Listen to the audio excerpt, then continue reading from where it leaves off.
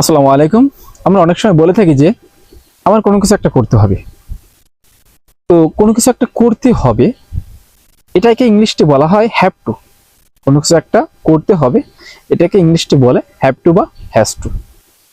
তো আমরা বাক্যে বলে থাকি যে আমাকে কাজটি করতে হবে, তখন আমরা এটা কিভাবে সম্পন্ন করতে পারি?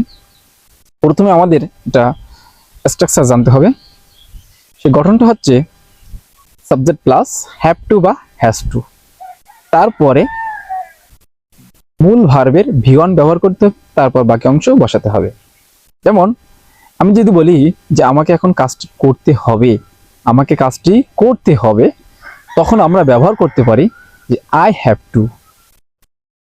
তারপরে আমরা একটা মূল ভার্বের ভি1 ব্যবহার করব, যে আই হ্যাভ টু আমাকে করতে হবে, do the work, I have to do the work, আমাকে কাজটি করতে হবে।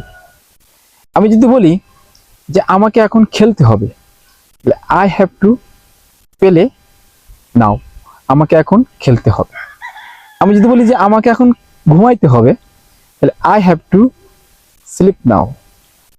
আমাকে এখন যেতে হবে, I have to go now, I have to go, I have to go now.